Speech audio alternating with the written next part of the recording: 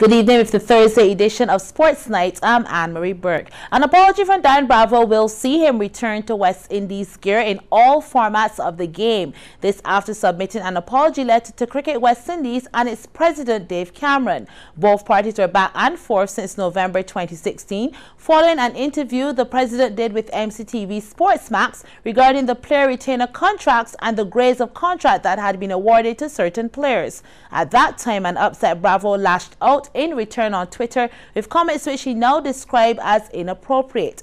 Meantime, some of the other West Indies stars could also be in for a sensational return after headway was made in negotiations and talks between the players and the board. This effectively means that players like Chris Gayle, Kieron Pollard, Sula Narain and Dwayne Bravo will be able to play for the one-day side in the near future.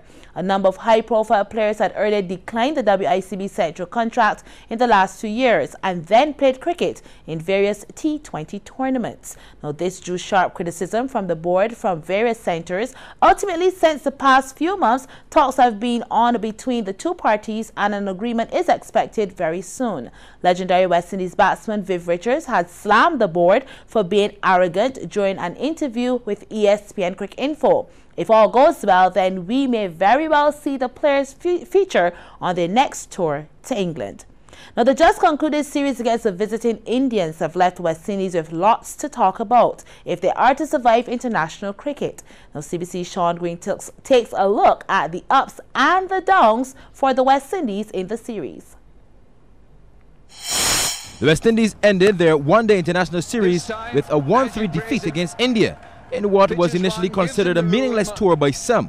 However, it raised some potent questions for both teams in the future, with the West Indies struggling to make it to the 2019 World Cup through direct qualification by virtue of being placed in the top 8 of the ICC's cricket rankings. The West Indies' heroic victory in their fourth match and their bowling performance in the third are probably the only good performances this had all series. Struggling to even cross the 200 mark, the West Indies batting lineup needs its top order to fire. Shea Hope had been the only outstanding performer along with skipper Jason Holder. Hope was brilliant behind the stumps and put in a couple good performances with the bat, as Holder was economical while also scalping 7 wickets from 4 games, including his maiden 5-wicket haul. Now, if Holder can improve his batting, he might be the one to provide the stability the team needs so desperately. He inspired the team to a phenomenal victory, but perhaps overreached while attempting to repeat it by choosing to bat first in the 5th and final match. It's fair to say that it will be a matter of time before the West Indies top order comes good, with batsmen generally getting some good starts but ultimately failing to convert them into match-winning performances. Meanwhile, the regional side bowling has largely been ordinary, taking 21 wickets from their last 4 ODIs. The two teams met in a solitary T20 match, a game in which the regional selector brought back in batting heroes Chris Gayle and Kieron Pollard. The West Indies, somewhat in their element, won by 9 wickets. Now they have a tough tour of England coming up, including an ODI against Ireland beginning mid-August. The West Indies will definitely need to perform well as a team if they wish to participate in the 2019 World Cup. Sean Green, CBC Sports.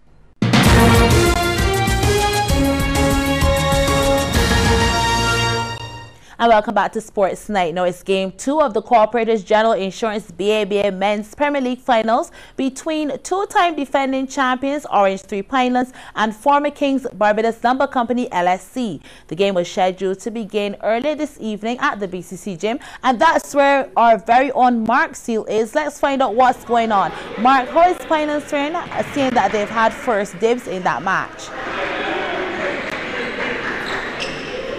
Well, thank you very much, Anne-Marie. And the basketball game, game number 2, Lakers versus Pinelands. It just started. It only started just about a minute ago. The score is still 0-0. Of course, we'll give you some of the action. Actually, the first 2 points were just scored by Jehu Lafuil of the Lakers. They are now up 2-0. But of course, a little early, we have some drama where the game was about to start. And the Lakers, they only had 6 players. Mind you, they are down 1-0 in this 5-game series.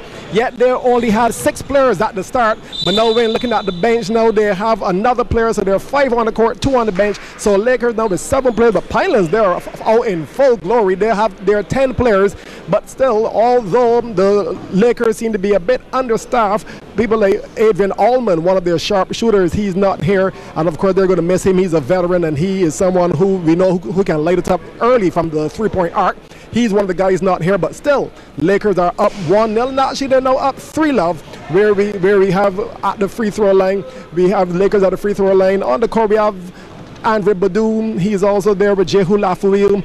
Keith Burkett, the top player, he's also there as well, so they'll be looking good. Singh is also there, a 3-point shooter. So the Lakers, although understaffed, they will be still looking to do well because they do have 5 of their better players on the court. But it is Jeremy Gill bringing it up for the Pinelands team. Barrow with the ball. He looks to go inside. The ball is inside. He's back now to Hurley. Hurley, a very good shooter. Really pulled the trigger. No, he passed it back to Alexander. Alexander back to, oh, here comes Jeremy Gill. He drives to the basket, misses, and the rebound with the Lakers. Lakers with the rebound. A bit of a loose ball, but it's still controlled by the Lakers. So Lakers now looking to create something. Lafuil with the outside jumper. Nice floating, arcing shot. He had 23 in the first game. He's on the cards now. And Lakers up to a 6-0 start here to start the first quarter.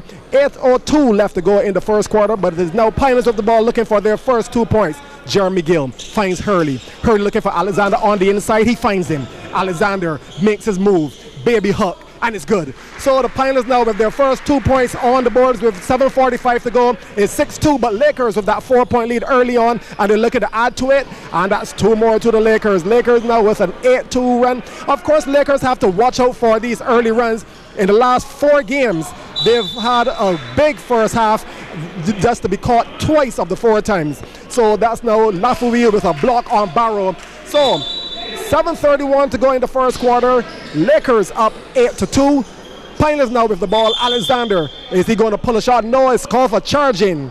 A charging foul call on the Pinelands, so it's going back to the Lakers. So what I can tell you then, Anne-Marie, of course you'll be coming back to me again in the third segment of Sports Night, but I can tell you, leaving you right now with 7:30 to go in the first quarter. Lakers not looking bad at all. They're up 8-2. I'll give you an update in a few minutes from now.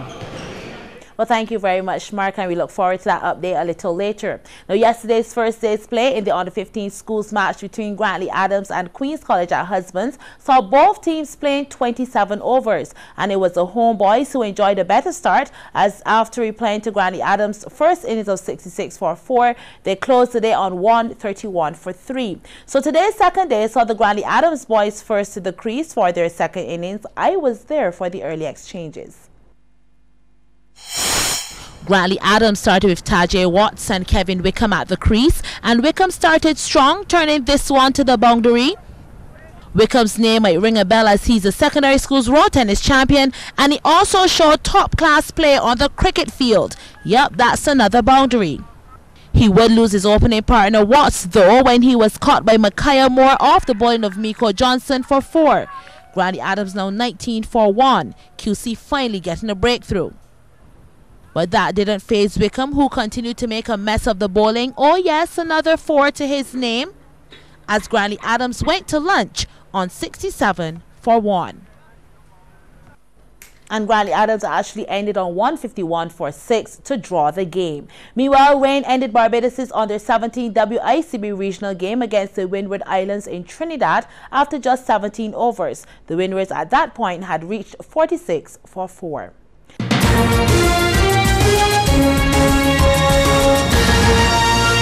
And welcome back to Sports Night. Now let's go back over to CBC's Mark Seal, who's at the BCC gym for an update and some commentary on Game 2 of the Cooperative General Insurance BABA Men's Premier League final series between Pinelands and Lakers. Mark, what's the latest?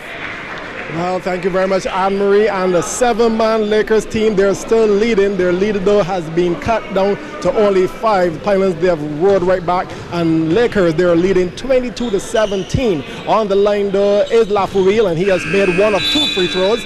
So the score now is 70-23. Lakers now with a 6-point lead as we follow some of the action where we have the Pinelands now with the ball. Jeremy Gill, he's bringing up the ball for the Pinelands team. They're still playing man-to-man defense. The Lakers are. They're up by 6 points, 23-17. Junior Moore in the post against Andrew Badu. He's looking for a shot. He's waiting. He's patient. He gets a double team. He passes it out. And that will be a turnover there by the Pinelands team. Yes, it is. Turnover by the Pinelands team. So we'll be going back to the Lakers. As I said, the Lakers still only have 7 men, 5 on the court, 2 on the bench. Pinelands, though, they are in full force. But still, Lakers up by 6 as we have a sub going in. And we have 2 subs going in, for 1 for each team. So that's good. Andrew Badu, he's coming out for the Lakers. So here we go. Lakers with the ball and a 6-point lead with 1:04 to go in the first quarter. Chiamaka Brown, the point guard for the Lakers. He's calling the plays. He switches on Junior Moore. Keith Burkett, the sharpshooter. He's going to pull the trigger. No, he doesn't. He gives it down low. Will they get the points? No, over to Singh. Singh takes the shot.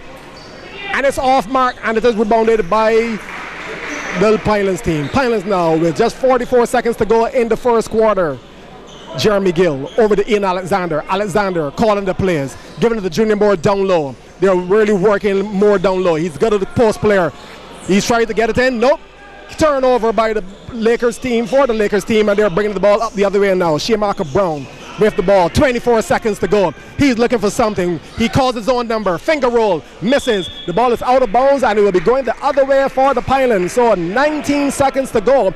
And since you came to me, the score has not changed, still 23-17, but alas, a timeout has been called. Timeout called by the Pinelands team. So clearly they're looking to really get the last shot with 19 seconds to go in the first quarter. I think that's where we'll have to leave you. With 19 seconds to go in the first quarter, Pinelands call a timeout. They're down by 6, but it's early days yet. Of course, we'll have a full report tomorrow night during Sports Night of this game. Game 2 of the Premier League Finals, Pinelands versus Lakers. Pinelands with a 1-0 lead. They're the 2-time defending champions. If they can close this one out, they will be the 3-peat champions of basketball in Barbados. So signing off from the Barbados Community College, I am Mark Seal for Sports Night. And thank you so much, Mark. Now, here's what's going on tomorrow, Friday, July the 14th. The Sagari International Schools Cricket Tournament continues with round 4 at various venues across the island, and it begins at 11 a.m. Thanks for joining us for Sports Night. I'm Anne-Marie Burke, and we will be back tomorrow with more sports. Good night.